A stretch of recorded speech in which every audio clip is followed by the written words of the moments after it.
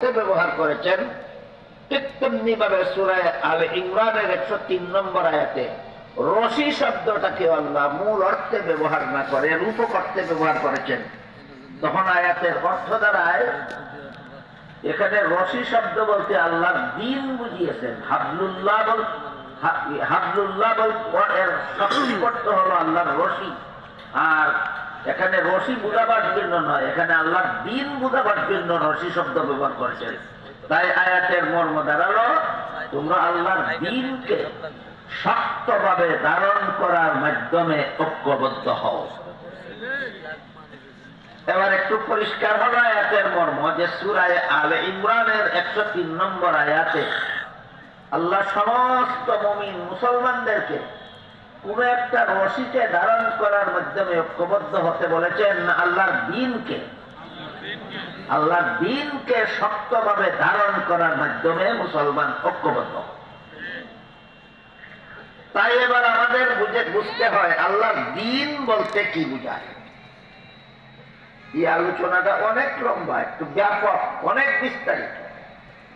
আমি দুঃখিত আজকে এই দ্বীন শব্দের যত অর্থে আল্লাহ কোরআনে যতবার এই দ্বীন শব্দ ব্যবহার করেছেন সবগুলি আমি সারা রাতেও বলে আপনাদের শেষ করতে পারব।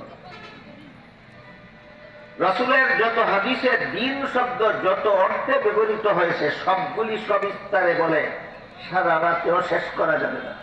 তাই মোটামুটি ভাবে যেন আমরা আল্লাহর দ্বীন সম্পর্কে একটা ধারণা নিয়ে যেতে পারি, এজন্য দ্বীনের মোটামুটি মর্মটা আমি আপনাদের সামনে তুলে ধরতে চাই।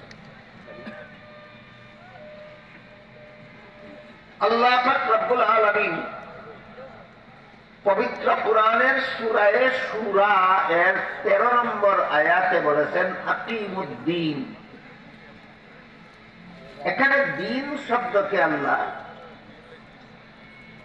ইসলামের সহি আকীদা অর্থে ব্যবহার করেছেন।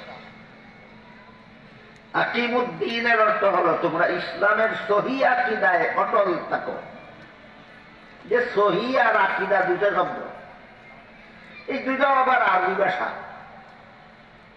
কাজেই কেউ যদি আরবি ভাষা হওয়ার কারণে কারো যদি বুঝতে অসুবিধা হয় তাহলে আমি একেবারে খাঁটি বাংলাটা বলে দিই। আকিমুদ্দীন আয়াতের খাঁটি বাংলা অর্থ হলো হে মুমিন মুসলমানেরা তোমরা ইসলামের বিশুদ্ধ মতবাদে অটল থাকো। সহিহ আকীদার বাংলা হলো বিশুদ্ধ মতবাদ, সহিহ আকীদার বাংলা হলো বিশুদ্ধ মতবাদ। আল্লাহর দ্বীনের প্রধান অংশ এই জিনিসটা। বিভিন্ন আয়াতে আল্লাহ দ্বীন শব্দকে বিভিন্ন অর্থেই ব্যবহার করেছে। বিভিন্ন হাদিসে রাসূল দ্বীন শব্দকে বিভিন্ন অর্থে ব্যবহার করেছেন। কিন্তু দ্বীনের প্রধান অংশ হল ইসলামের সহিহ আকীদা বা ইসলামের বিশুদ্ধ মতবাদ। সূরা শূরার 13 নম্বর আয়াতে যে আল্লাহ বলেছেন আকিমুদ্দীন, এর অর্থ হলো তোমরা ইসলামের বিশুদ্ধ মতবাদে অটল থাকো। যারা আরবিটা বুঝেন আরবিতেই স্মরণ রাখুন, ইসলামের সহিহ আকীদায় অটল থাকো। মাদ্রাসার ছাত্ররা কিন্তু সহিহ আকীদা বলে খুব সহজেই বুঝে। বিশুদ্ধ আকীদা বললে তাদের আবার ব্যাখ্যার দরকার হয়, বিশুদ্ধ কোনটা আকীদা কোনটা, আবার তাদের জন্য ব্যাখ্যার দরকার হয়। আর আপনাদের জন্য সহিহ আকীদার চেয়ে আমি মনে করি বিশুদ্ধ মতবাদ বুঝাই সবচেয়ে সহজ। সূরা শূরার 13 নম্বর আয়াতে আল্লাহ বলেছেন আকিমুদ্দীন, এর অর্থ হলো তোমরা ইসলামের সহিহ আকীদা অর্থাৎ ইসলামের বিশুদ্ধ মতবাদে অটল থাকো। এই আয়াত আল্লাহ কেন নাযিল করেছেন? তার কারণ হলো রাসূলের যুগে ও সমাজে এমন কিছু লোক বসবাস করত যারা দাবি করত তাদের ধর্ম ইসলাম, কিন্তু মতবাদ পোষণ করত ভ্রান্ত। ইসলামের নামে ভ্রান্ত মতবাদ পোষণ করত। এটাকে প্রতিরোধ করে প্রতিবাদ করে আল্লাহ বলেন ইসলামের নামে ভ্রান্ত মতবাদ পোষণ করা যাবে না। ধর্ম যাদের ইসলাম তারা ইসলামের বিশুদ্ধ মতবাদেই অটল থাকতে হবে।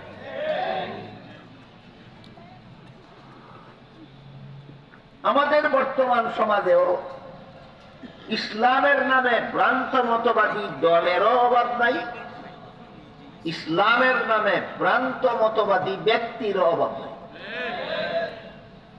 এই সবগুলি যত দল দুনিয়াতে ইসলামের নামে ভ্রান্ত মতবাদ পোষণ করে, যত ব্যক্তি দুনিয়াতে ইসলামের নামে ভ্রান্ত মতবাদ পোষণ করে, সবার দিশারি হলো, দিক নির্দেশনাকারী হলো সূরা আলে ইমরানের 34 নম্বর আয়াত। আল্লাহ সারা দুনিয়ার সর্বযুগের সমস্ত মুসলমানদের সম্বোধন করে বলেন, ওয়াতাসিমু বিহাবলিল্লাহ, তোমরা আল্লাহর দ্বীনকে অর্থাৎ ইসলামের সহি আকীদা বিশ্বাসে অটল থাকো, ইসলামের সহি দ্বীনকে শক্তভাবে ধারণ করার মাধ্যমে ঐক্যবদ্ধ হও।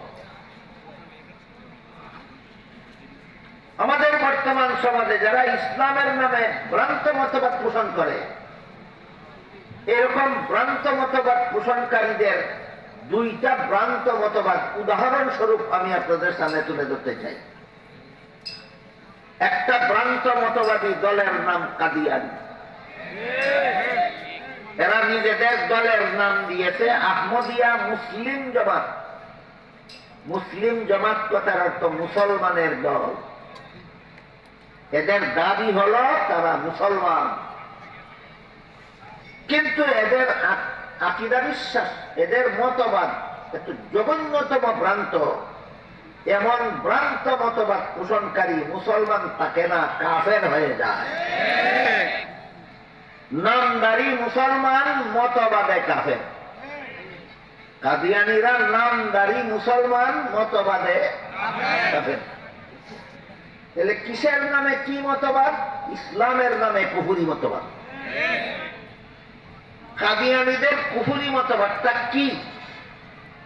এই প্রশ্নের জবাবটাও আমার ধারণা মতে আমাদের সমাজে খুব একটা সুস্পষ্ট নয়, যথেষ্ট পরিমাণ অস্পষ্টতা, যে কারণে যারা খুব উচ্চ শিক্ষিত নন, অশিক্ষিত অথবা সামান্য শিক্ষিত সাধারণ মুসলমান যারা, তারা শুধু আলেমদের কথা বিশ্বাস করেই কাদিয়ানীদেরকে কাফের মনে করেন এবং এদের জন্য এটাই যথেষ্ট। কিন্তু বাংলাদেশে মাঝে মধ্যে কিছু উচ্চ শিক্ষিত এমনও আত্মপ্রকাশ করেন যারা বলেন কাদিয়ানীরা কলেমা পড়ে, নামাজ পড়ে, রোজা রাখে, হজ করে, যাকাত দেয়, এরা কাফের হতে পারে। অনেক বড় বড় শিক্ষিত কাদিয়ানী কেন কাফের তাদের বুঝে আসে না। এই ধরনের কারো যদি কাদিয়ানী কেন কাফের বুঝে না আসে, তাদের জন্য ভালোভাবে বোঝা দরকার কাদিয়ানী কোন কারণে কাফের। কলেমা পড়া সত্ত্বেও কাফের কেন, নামাজ পড়া সত্ত্বেও কাফের কেন, রোজা রাখা সত্ত্বেও কাফের কেন, হজ করা সত্ত্বেও কাফের কেন, যাকাত দেওয়া সত্ত্বেও কাফের কেন। আগে প্রথমে আমি খুব সহজ এবং সংক্ষিপ্ত একটা উদাহরণের মাধ্যমে বুঝাবো, তারপরে বিস্তারিত দলিল যদি আপনারা শোনেন একটু পরে বলবো। আমি আশা করি আপনারা সকলেই বলতে পারবেন উযুর ফরজ কটা? 6টি। মুখ ধোয়া, হাত ধোয়া, মাথা মসে করা, পা ধোয়া। একজনে মুখ ধুইল, হাত ধুইল, মাথা মসে করলো, পা ধুইল, তারপর পেশাব করে দিল। তারপর কি করলো? এই পেশাব করে তারপরে মসজিদে গিয়ে নামাজে দাঁড়িয়ে গেল। বলেন তো তার নামাজটা কেমন হবে? কেন 4 ফরজ কি আদায় করেনি? নামাজ হবে না কেন? 4 ফরজ আদায় করলেও পেশাব করে দিলে ওযু থাকে না। ঠিক তেমনি ভাবে কাদিয়ানীরা কলেমা, নামাজ, রোজা, হজ, যাকাত করলেও এমন একটা পেশাব করা করে দিল যার দ্বারা কলেমা, নামাজ, রোজা, হজ, যাকাত থাকে না, এবং পেশাব করে দিচ্ছে। কাদিয়ানীরা কি পেশাবটা করে দিল যে কারণে কলেমা থাকে না, নামাজ থাকে না, রোজা থাকে না, হজ থাকে না, যাকাত থাকে না? এইটা হলো বুঝার ব্যাপার। আল্লাহ পাক রব্বুল আলামিন পবিত্র কোরআনের সূরা আহজাবের 40 নম্বর আয়াতে আমাদের নবীকে একটি উপাধি দিয়েছেন খাতামুন নবিয়্যিন। আপাতত আল্লাহর দেওয়া উপাধিটা আল্লাহর ভাষায় স্মরণ রাখুন, খাতামুন নবিয়্যিন। কি উপাধি? খাতামুন নবী।